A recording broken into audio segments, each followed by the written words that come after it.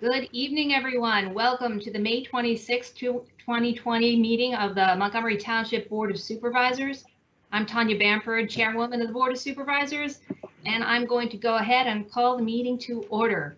We'll start with the Pledge of Allegiance. I pledge allegiance to the flag of the United States of America and to the republic for which it stands, one nation, under God, indivisible, with liberty and justice for all. And now Deb Rivas, our recording secretary, is going to go ahead and conduct a roll call for the meeting. Thank you. Good evening. At this time, I will take a roll call of the Board of Supervisors in attendance for the May 26, 2020 board meeting. Chair Tanya Bamford. Present. Vice Chair Matt Quigg. Present. Supervisor Candice Chimera. Present. Supervisor Annette Long. Present. And Supervisor Beth Stock. Present. Thank you. In addition to the Board of Supervisors, the following individuals are also participating in our meeting tonight. Township Solicitor Robert Inosi, Township Manager Carolyn McCreary, Director of Planning and Zoning Bruce Shute, Director of Finance Brian Shapiro, Chief of Police Scott Bendig, Director of Administration and Human Resources Ann Shade, Director of Fire Services Bill Wegman, Director of Information Technology Rich Greer, Director of Public Works Kevin Costello, Director of Recreation Floyd Schaefer, and Public Information Coordinator Kelsey Whalen. Thank you. Thank you, Deb. Moving on to agenda item number 4, announcements. We have several, starting with our big event yesterday, the Montgomery Township Memorial Day Tour, which I have to say was a phenomenal success. And we have so many people that we would like to thank for their participation as well as their contributions. There were vehicles which were donated for use in the event, including Lansdale, Chrysler, Jeep, Dodge, Ram, Fiat. I think I got all the names in there. Thanks so much to Jay Hahn for contributing vehicles. And also special thanks go out to Montgomeryville Nissan Acura and Alan Knappen, who also contributed vehicles. Military Jeeps were contributed by individuals John Gilmour and Andy Sanborn, who drove as well. I'd like to thank the 2 veterans. We had 2 hometown heroes who participated in the Montgomery Township tour yesterday. And they were Denny Franklin and Joseph McCarthy. Thank you so much for participating. Food was contributed by Chick-fil-A at Montgomery Mall, as well as Costco. Thanks going out to them, and in particular at Costco, I want to give a shout out to Lisa Martin, who's also a representative on our Business Development Partnership Committee. Many thanks to the very popular Philly Fanatic, who made a surprise appearance, and it was a big hit throughout the parade route. Thanks as always to our FDMT, the volunteers who participated and drove a lot of our vehicles and really helped to coordinate. Greatly appreciated as always, as well as our folks at the Volunteer Medical Corps of Lansdale. The Montgomery Township Public Works Department also participated, and a lot of these guys volunteered their time, and we really appreciate that as well. And of course, as always, our Montgomery Township Police Department were on the scene and made a great contribution to the success of that event. Thank you guys. And of course, Deb Rivas and Kelsey Whalen, who worked behind the scenes announcing our locations throughout the course of the event. Thank you guys very much for helping out. Lots and lots of positive feedback about that event. It was such a feel-good event. So thanks everybody for everything you did to make it such a huge success. The primary election day is coming up on June 2nd. Anybody who wanted to could have registered to receive a mail-in ballot. That registration deadline has now passed, so I don't believe they're accepting any more applications for the ballots. If you haven't had an opportunity, if you did apply for one and received it, then you can take that to one of the drop-off points. They've set up 5 secure points throughout Montgomery County. There is one located nearby in Lansdale, and at this point, it's probably a better idea if you haven't mailed it in yet to go ahead and use one of those drop-off points. They're listed on the township website, and you can find that at montgomerytwp.org. We've had some polling locations for people who haven't had the opportunity yet. Maybe you didn't apply for the mail-in ballot and you prefer to actually vote in the primary in person. You can still do that, but we've had a few shifts in polling locations. The county went through a process of consolidating polling locations and reduced the total number by 60%. I'm just going to run through some of those changes. And again, this is due to the COVID-19 pandemic. So 4 voting district locations have been changed in Montgomery Township. District 4, which usually votes at Village in the Chamonix Falls Clubhouse, will now vote at Gilmour Elementary School, located at 139 Hancock Road, North Wales. District 5, which usually votes at the Township Building, will now vote at Bridle Path Elementary School, located at 200 Bridle Path Road, Lansdale, PA. District 6, which usually votes at the Township Building, will now vote at Montgomery Elementary School, located at 1221 Stump Road, North Wales. District 8, which usually votes at the Community and Recreation Center, will also be going over to Gilmour Elementary School. And again, all of this information is available, posted on the Township website for anybody who didn't have an opportunity to catch all of that just then. And I think that's it. Any other announcements from the rest of the board? Anything I missed? I don't think so. If not, then we'll go ahead and move on to agenda item number 5, and that's public comment.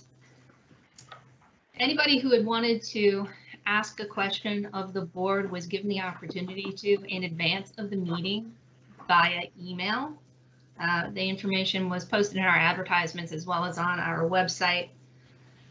If you're viewing the event right now, you'll see a window to the right of your screen that'll allow you to type in a comment or a question to be presented to the Board of Supervisors throughout the meeting. Just remember to list your name, please, as well as your address for the record. And at this time, do we have any questions? We do not have any questions. Okay, terrific. Well, then we'll just move on to agenda item number 6. Announcement of executive session. Thank you, Madam Chair. This afternoon, May 26, 2020, the board met at 3:30 p.m. by way of teleconference to discuss 2 personnel matters, both of which are legitimate topics for executive session in accord with Pennsylvania's Sunshine Law. Thank you, Bob. Bob, you. we were so sorry to learn about the passing of your uncle. Yeah, thank you very much for that little tribute that you gave at the last meeting. That meant a lot. I appreciate that from you guys. Our hearts are with you. Appreciate that.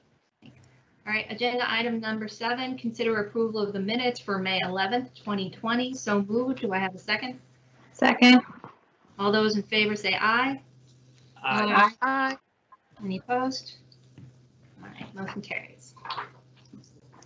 Agenda item number 8, consider designation of agent resolution COVID-19 disaster assistance program. Carolyn McCreary, Township Manager. Good evening. The township has been actively working to procure necessary items for our first responders during the COVID-19 pandemic. Additionally, we have purchased equipment to allow key staff to work off-site as part of the governor's original stay-at-home order. And finally, we have had a third party come in and clean all of the township buildings and disinfect them, as well as the fire battalions. And all these costs are going to be submitted for potential reimbursement. Brian Shapiro has set up a separate account for ease of collating the data and being able to turn it in. Bill Wegman, as the township's emergency management coordinator, has set up an account, And tonight I am seeking board authorization to have me serve as the agent for the township and execute any necessary documents that would put us in line for reimbursement utilizing the federal funds that come into the state. Do we have an estimated total cost at this point, Carolyn? Or what we put I in do already? not. Brian, I don't know if you do. Right now, we're probably anywhere from $40,000 to $50,000. Any other questions for Carolyn? All right, hearing none. Be it resolved by the Board of Supervisors of Montgomery Township that we hereby authorize Carolyn McCreary, Township Manager, to be the agent for the township and execute all necessary documents relating to the COVID-19 Disaster Assistance Program. So moved. Is there a second? Second. Second. All those in favor say aye. Aye. Aye. Any opposed? Motion carried. Thank you. All right, agenda item number 9, consider adoption of resolution for traffic signal improvements. No turn on red at Welsh Road and 202 Parkway. Carolyn McCreary, Township Manager. At our April staff meeting with the township's traffic engineer, we discussed the potential of the installation of a no turn on red sign at the intersection of Welsh Road and the 202 Parkway. Officer Dunlop followed up with information pertaining to both the site distance and provided photos of the intersection for us. And the consensus was that with the limited site distance due to the sound wall, we were justified in submitting a request to PennDOT for a no turn on red restriction. So tonight I'm asking the board to consider adopting a resolution which is necessary to submit with that application to PennDOT. Any questions for Carolyn? Have there been a lot of accidents at that intersection? No, accidents were not discussed at the meeting. Actually, it was just it jumped out to us about the sitting there at the light and then trying to make a red. You really couldn't see well. So Okay. Officer Dunlop went out and measured, took photos, and based on the PennDOT criteria, we believe it meets the specs for a no turn on red sign. Perfect. Any other questions?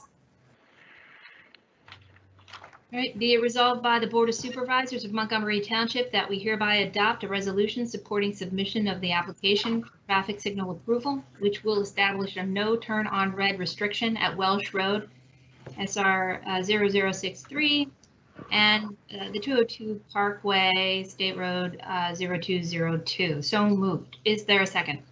Second. All those in favor say aye. Aye. Any opposed? Motion carries.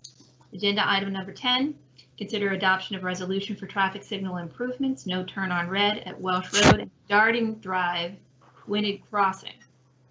Carolyn McCreary, Township Manager. During that same engineer staff meeting, the group discussed a request that Officer Dunlop received from a resident for the need for a no turn on red sign exiting the Gwynedd Crossing Shopping Center onto Welsh Road. Subsequently to that meeting, he conducted a site distance study, and the data was used in the traffic engineer study to support the application for a no turn on red restriction. And looking at the paperwork, there were 7 crashes in the last 4 years at that intersection. So tonight I am seeking the board's authorization to adopt the resolution, which would be necessary to support the traffic signal application going to PennDOT. So here's an example where we actually did have some accidents. Okay, sounds like a plan. Any questions? Does traffic back up in that shopping center coming out as well? Do we know that, or?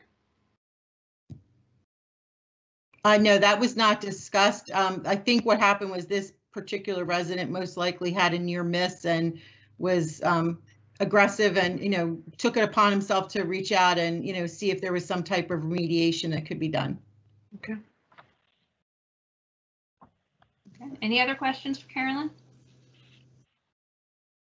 All right, hearing none, be it resolved by the Board of Supervisors of Montgomery Township that we hereby adopt a resolution supporting submission of the application for traffic signal approval, which will establish a no turn on red restriction at Welsh Road, State Road 063, Winnig Crossing and Darden Drive. So moved. Is there a second? Second. All those in favor say aye. Aye. Aye. Any opposed? Motion carries. Agenda item number 11, consider appointment of Gilmour Associates as Township Planning Consultant and Landscape Architect, Carolyn McCreary, Township Manager. Several weeks ago, the township received notification that Judy Stern Goldstein will be joining Gilmour Associates on June 1st. Earlier this year, when the board appointed Boucher and James as its planning consultant, it was with the understanding that Ms. Stern Goldstein would be our point of contact for all planning projects in the future. During her interview, the board expressed a tremendous amount of confidence in her work. And while we were disappointed to hear she was leaving Boucher and James, we were happy to hear that she was going to affirm that we already have a professional relationship, being Gilmour Associates, who serves as our municipal engineer. There would be no budget impact if you appointed Gilmour Associates, because professional fees have already been factored into the budget, and anything relating to land development is paid by that developer through their escrow. With this change, it's recommended the board now consider appointing Gilmour Associates as your planning consultant and landscape architect. The hourly rate has been guaranteed by Gilmour Associates through 2021, and it would be the rate that you are currently paying Boucher and James. I think that was really proactive to reach out to them and guarantee that rate through 2021. That's fantastic. Any questions from the board? No. Be it resolved by the Board of Supervisors of Montgomery Township that we hereby appoint Gilmour Associates as the Township Planning Consultant and Landscape Architect and add their hourly rate schedule to the Township's fee schedule. So moved. Is there a second? Second. All those in favor say aye. Aye. Any opposed? Motion carried. Thank you, Carolyn. Agenda item number 12, consider approval of escrow releases for Higher Rock Partners Land Development. Bruce Shoup, Director of Planning and Zoning. Thank you. Before the board, there's two escrow releases for this project. Escrow release number 7 is in the amount of $265,780.78. Would leave a balance on the project secured by a letter of credit with Fulton Bank of 0. The escrow release would be contingent upon the applicant providing a maintenance bond to the township for an 18-month period in the amount of $248,403.11. Any questions for Bruce? The Board of Supervisors hereby authorize a construction escrow release in the amount of $265,780.78 for Phase 1 as recommended by the Township Engineer for the Higher Rock Partners LP, contingent upon receipt of a maintenance bond in the amount of $248,403.11 and payment of outstanding bills. So moved. Is there a second? Second. All those in favor say aye. Aye. Any opposed? Motion carries. Agenda item, well, let's see, this is 12B, sort of a continuation of the first one. Bruce Shoup, Director of Planning. Yes, this would be phase 2 of the project.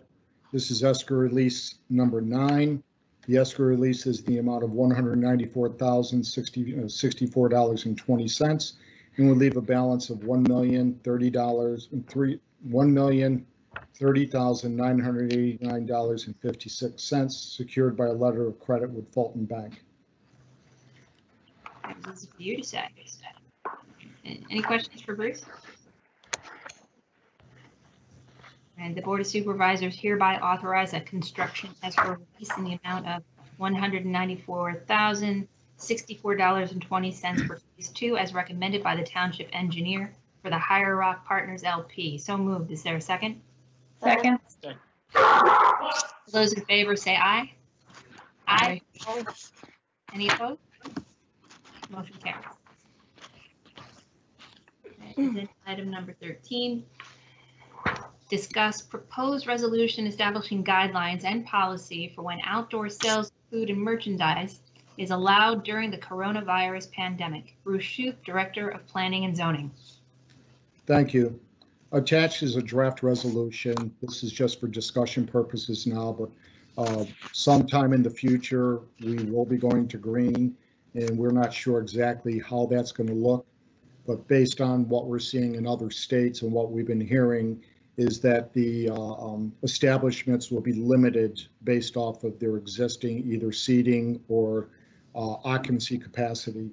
And what we're trying to do is assist where we can, not trying to circumvent whatever the Commonwealth's guidelines are, okay, but rather a planning tool for the future to be ready when the phase yellow comes in. Okay, we know what it is right now, but it may change. We don't know. And when we get into phase green, and what we're looking at is this is still a working document. We're looking at allowing the retail and the restaurants to utilize their outdoor space, okay, with a limited number. So for example, and this is just discussion, if restaurants are given 25% capacity of their seating inside, if they could, without affecting their parking, we would allow them to have another 25% of seating outside the restaurant. It'd have to be in a secured area. They'd have to protect, the patrons from the traffic.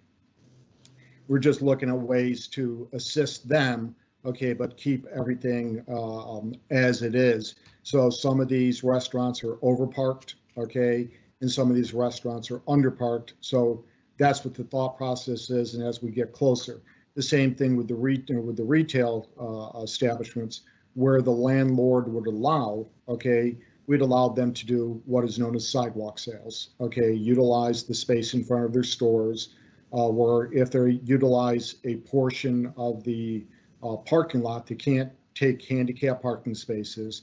It'd have to be the same thing, a secured area, okay, to protect the patrons from the traffic. So right now, this is just a working document, but, trying to think hopefully a couple months ahead where, we'll be back to the coin now, the new normal, but allowing, and give assistance where we can to any of the retail or food establishments within the township. Normally, there would be for outside dining would be required by special exception. And what we're looking at, okay, we're initially looking at 90 days, and it can be extended, if the board wishes, but something to give them, okay, to expand their capabilities besides, pickup service or takeout service.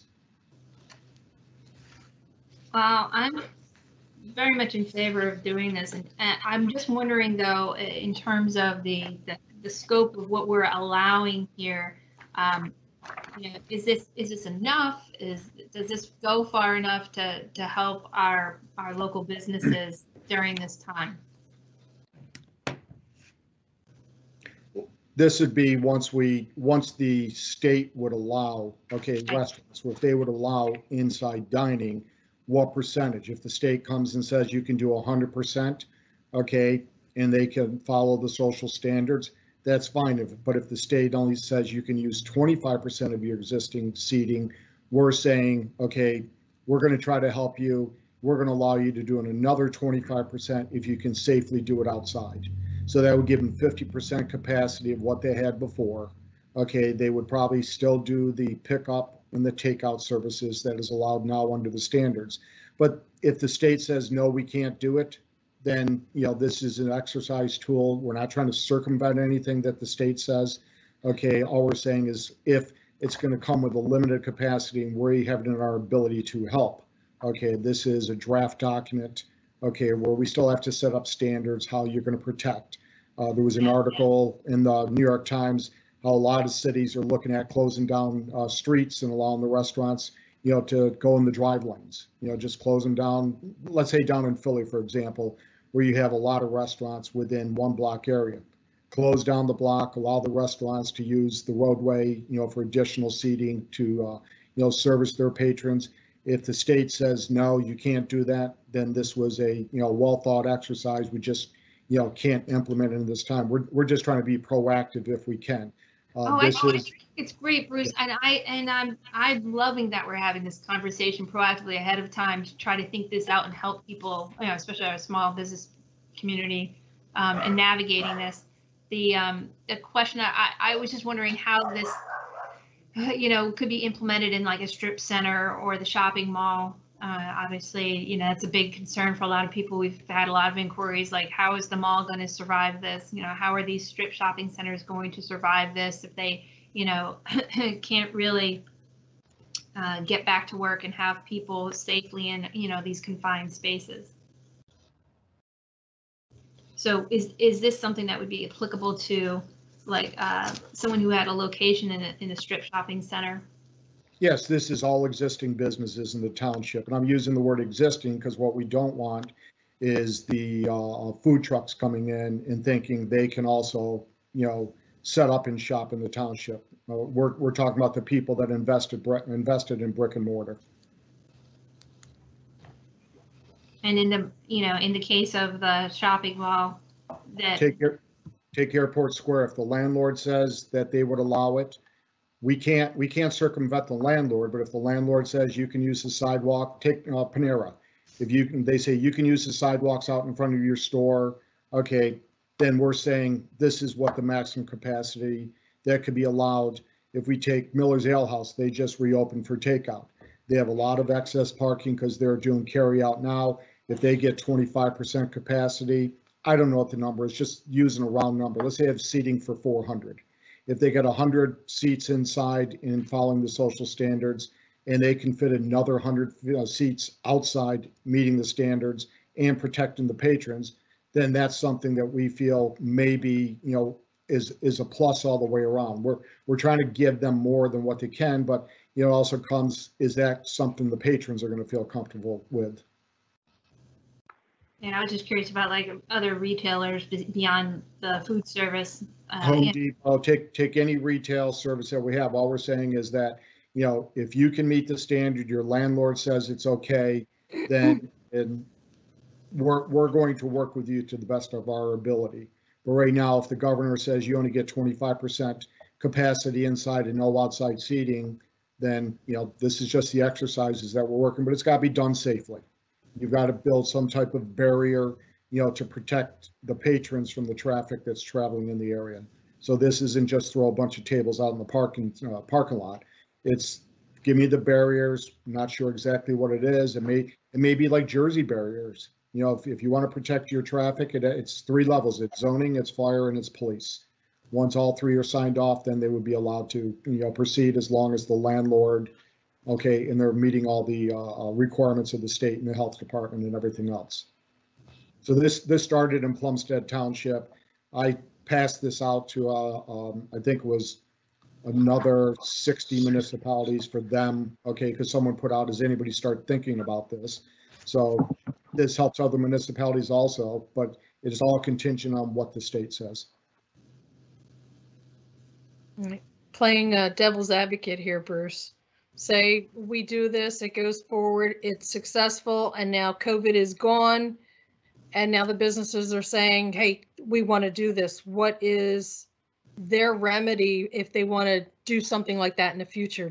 Is there something in the code that they've discovered this is something great for them and they can do that later on? We allow sidewalk sales now for the retail. Not many of them take advantage of it. We started that about 12 years ago.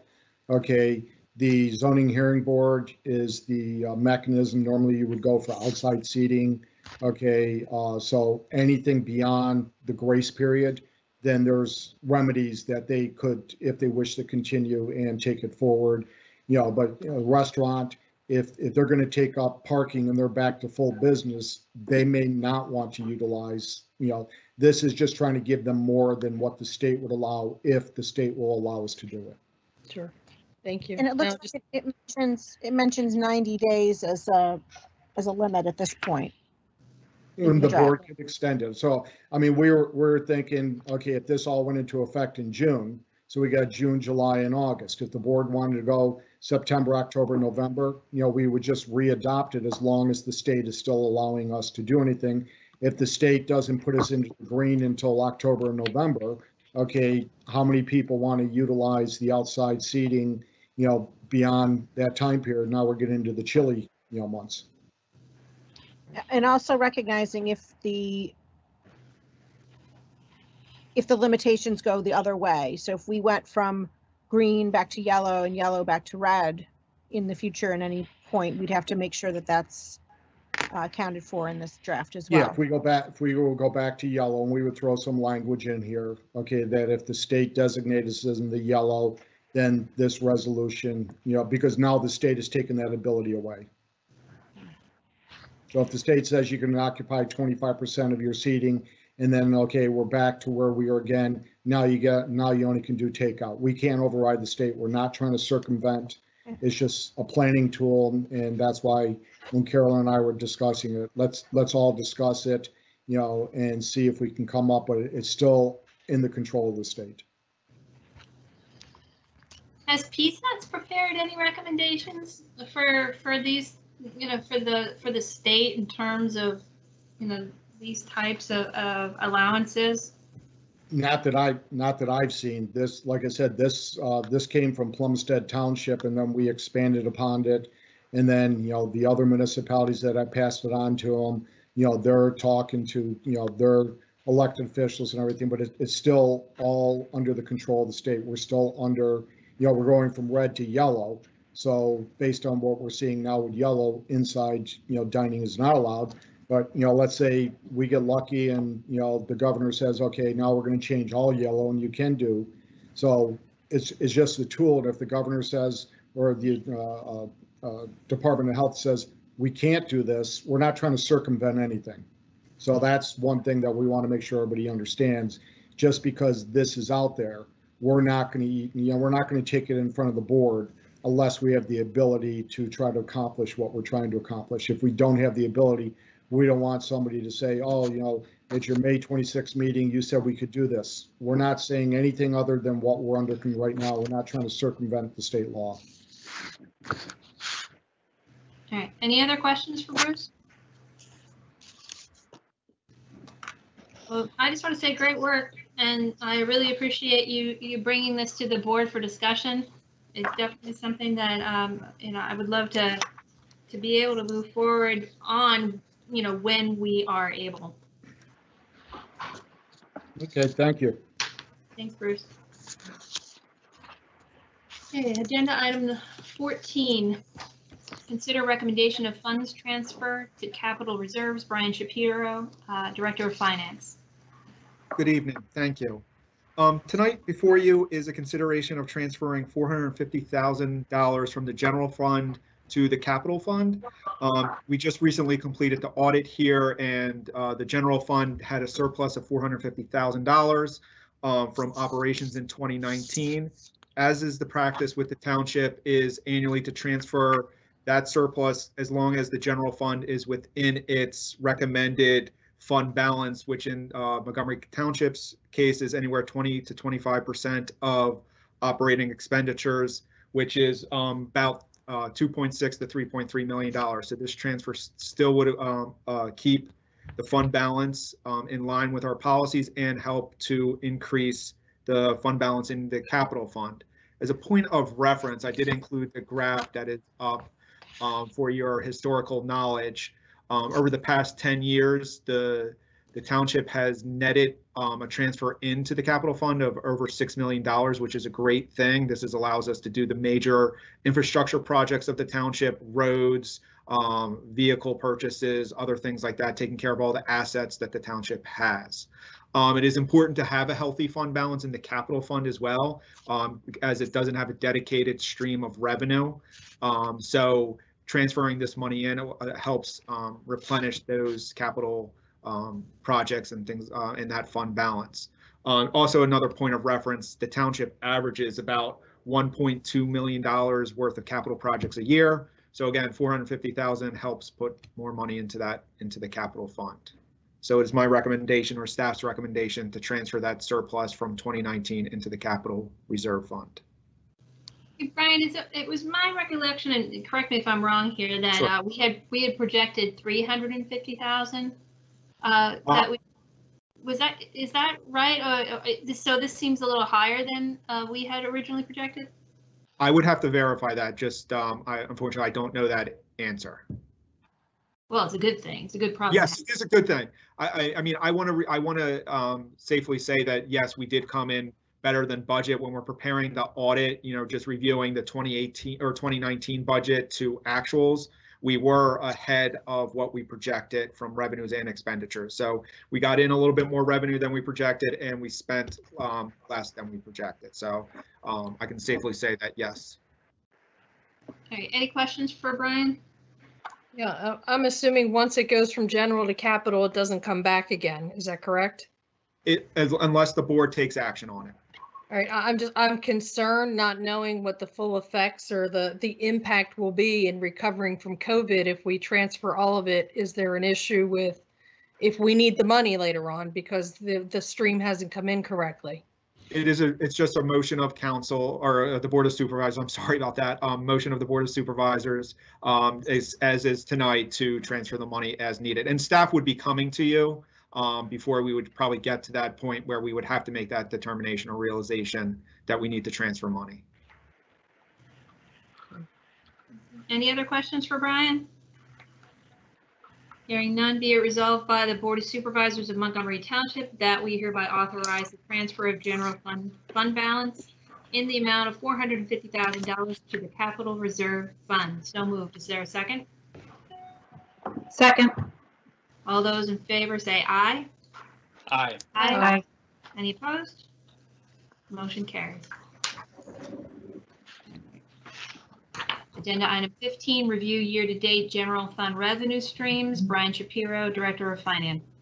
Thank you. And that question is a good segue into this next topic. Obviously, with the pandemic that is going on, staff is really reviewing revenues and the major forms of revenues that the township receives. The Finance Committee reviewed this information at last week's meeting.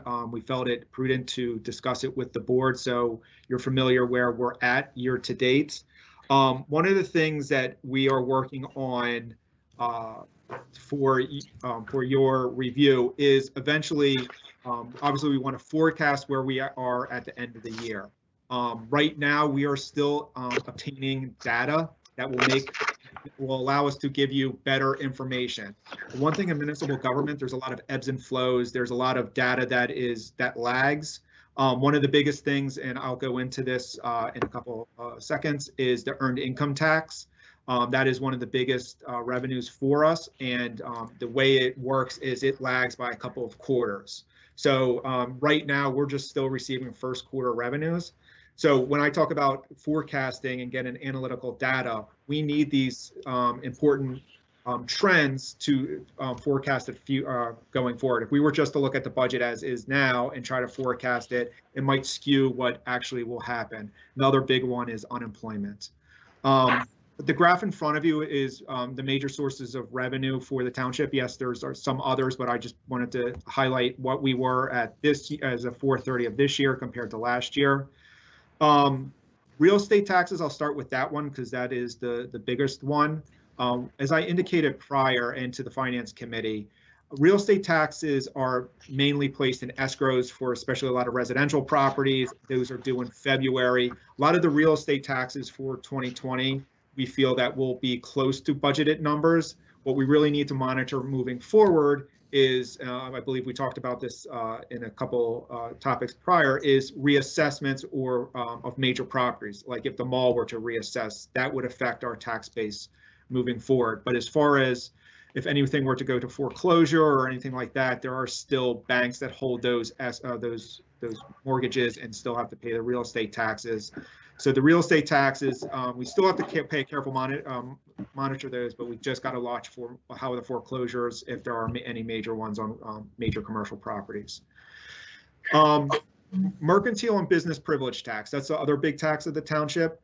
That was due by March 15th of this year. We've always had a period of extensions with a lot of businesses. So we do get a bulk of the money in by March 15th, and then we have some that's due probably up until October.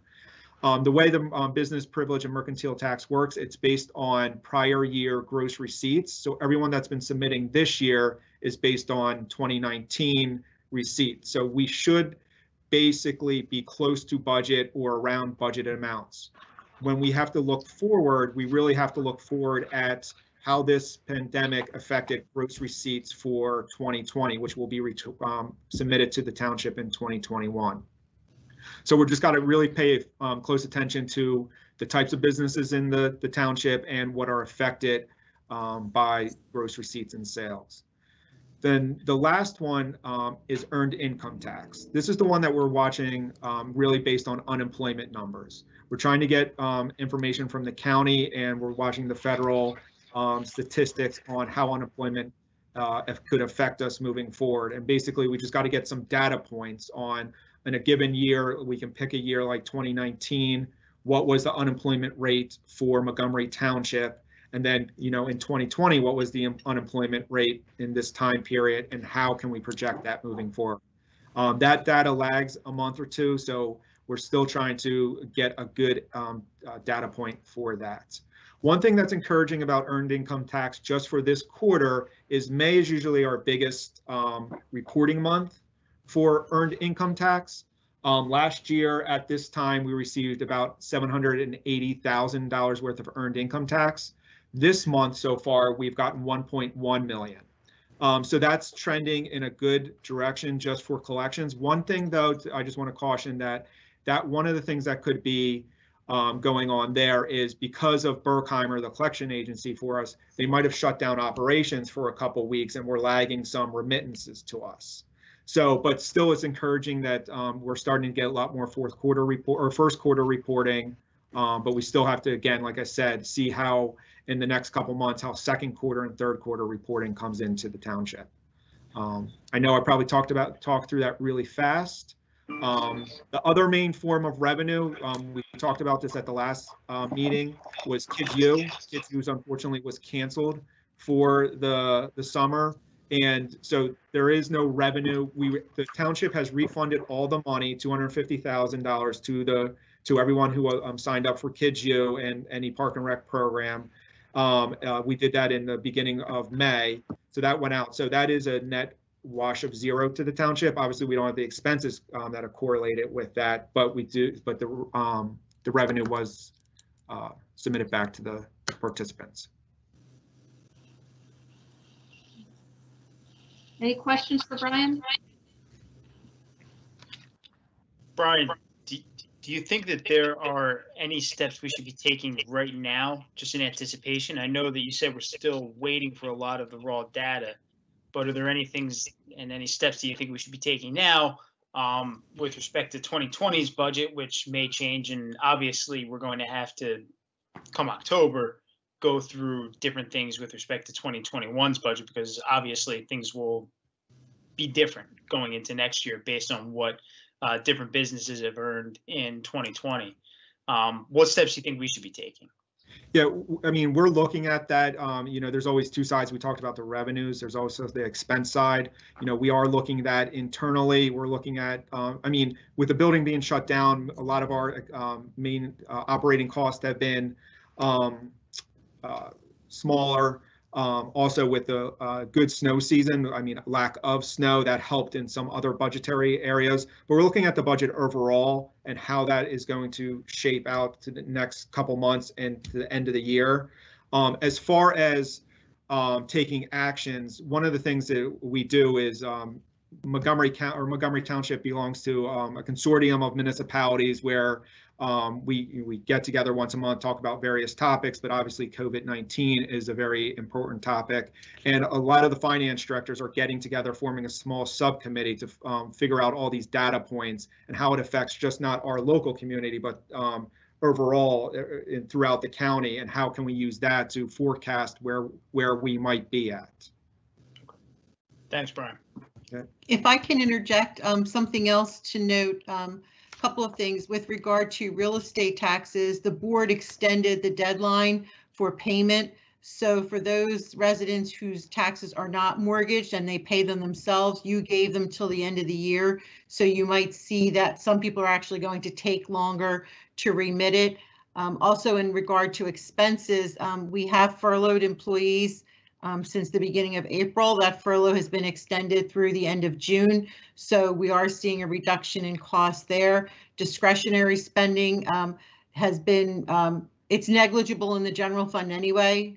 Capital projects, capital purchases come out of your capital fund, and Montgomery Township is very fortunate to have such a strong fund balance for capital, and have the commitment of this board and prior boards to continue that allows us not to have to make the tough decision about do we or don't we do a road. We don't rely solely on liquid fuels. We have money to do, the curb and sidewalk, but that's something that we're going to have to look at. The curb and sidewalk, as it was said in prior board meetings last year and I believe the year before, is probably not sustainable to keep doing that even in a healthy year. We just won't know.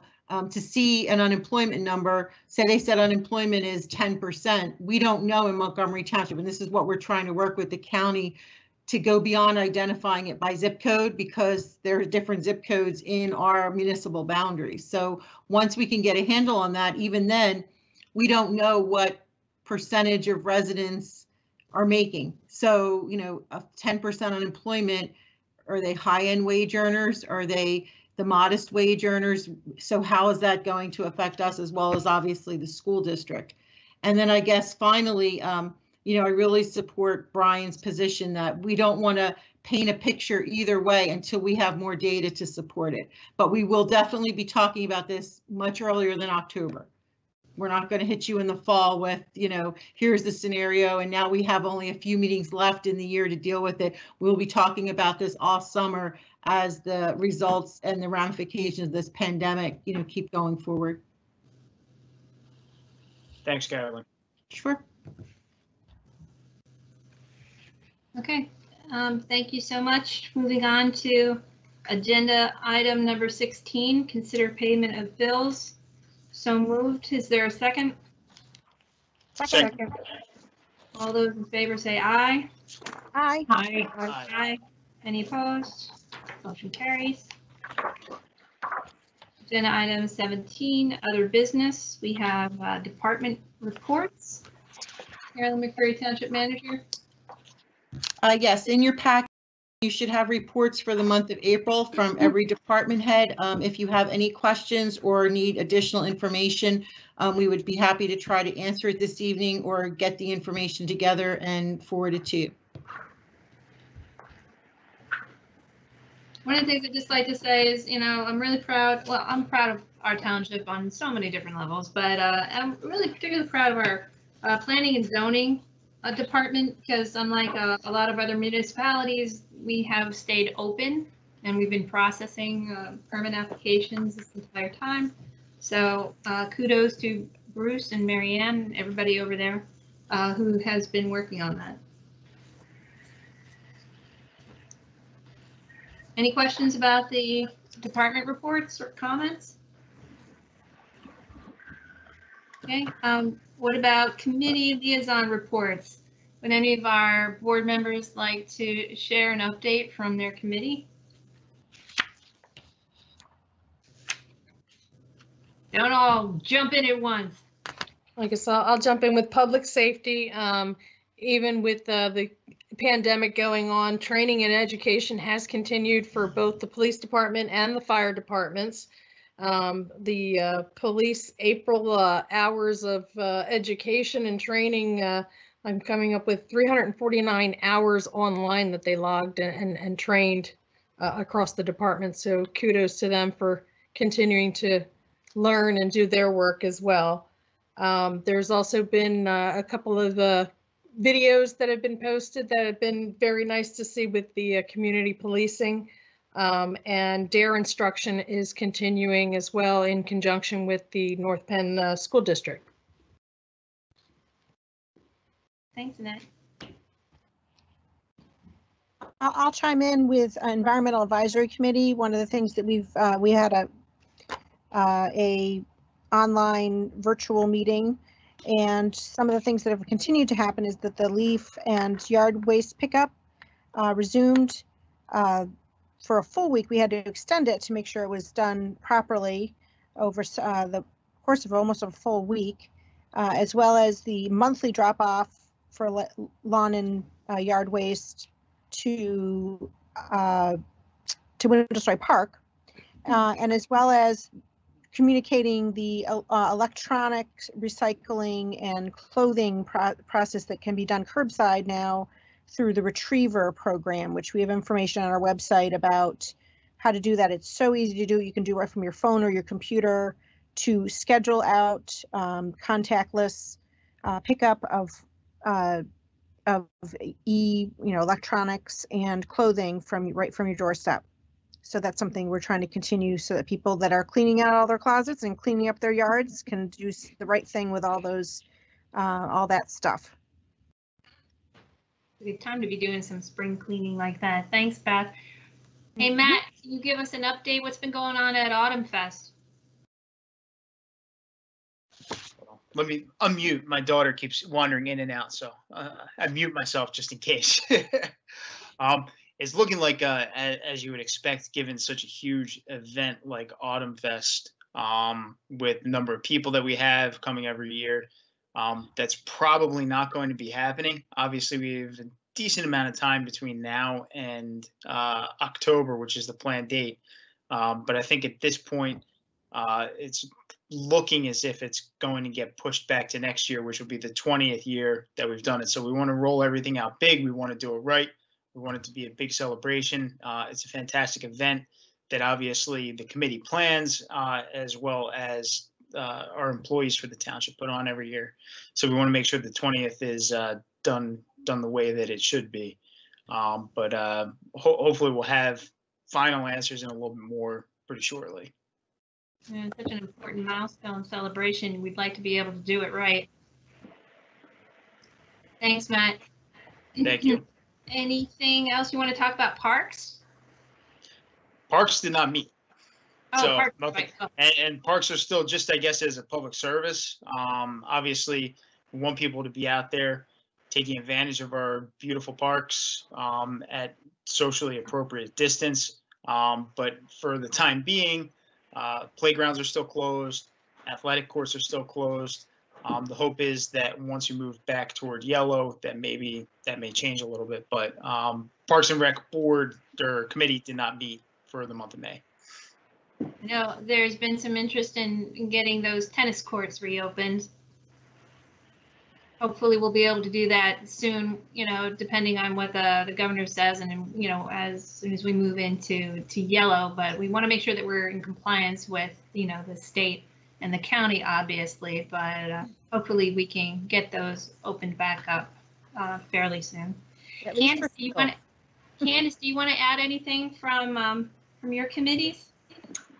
Planning did not have a meeting. And BDP did, but I was unable to be there. So Carolyn might be able to talk about what happened at that meeting. The BDP met virtually via Teams. I think everyone accepted the invitation except for 2 individuals.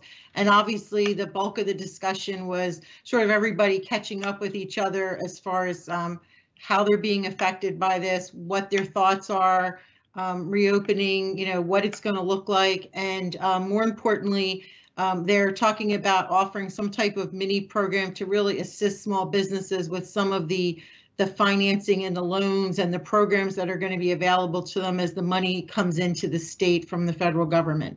So I have another conference call scheduled for the end of this week with the co-chairs of that committee to sort of flesh this out and see how it's going to look and what we can do to assist everybody. Terrific. Keep us posted on that. Absolutely. So for myself, the rec center committee didn't meet. Just no surprise, rec center being closed. It would be lovely to be able to reopen it at some point, but I just don't even know, when that's likely to happen. It doesn't look like that's going to happen in the yellow phase. Wouldn't you agree? No. That's correct. It specifically says that recreation centers and gyms cannot open till we're in the green. And at that point, we expect the capacity for the rooms and the buildings to be dramatically different. Right. In light of the data I want to share right now, it's a good thing because Sewer Authority board, they met and I sat in on their meeting and they shared some really interesting data that they'd have been participating in. So the Eureka sewage treatment facility has been monitoring our sewage for the presence of COVID-19 as a part of a BioBot study. And we've, based on the report that I saw, which included 4 weeks worth of data from daily sampling, there's a much larger presence of the virus in the community than the county testing results would indicate. And this is true because of the limited number of tests available. So we haven't had widespread testing. So everybody kind of intuitively, I think, understood there's probably a lot more community spread. Well, we have the data to support that now. What's interesting about this study is because it's the Eureka plant, it's on the half of the township. It's kind of separated over here in the Canterbury development by Canterbury Drive and east, towards Horsham. So it does not include some of the areas that people have been referring to as sort of hotspots within our own township, around like a long-term care facility. So, and what this is indicating is the presence of about 1,000 cases of COVID-19 in just that portion of our township.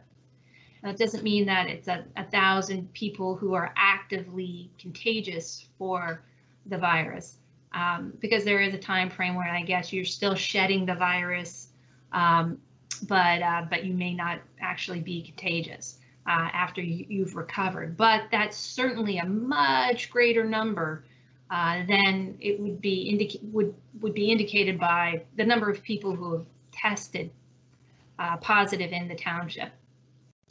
So in light of this data, which, by the way, the study is being conducted, it's by Harvard and MIT.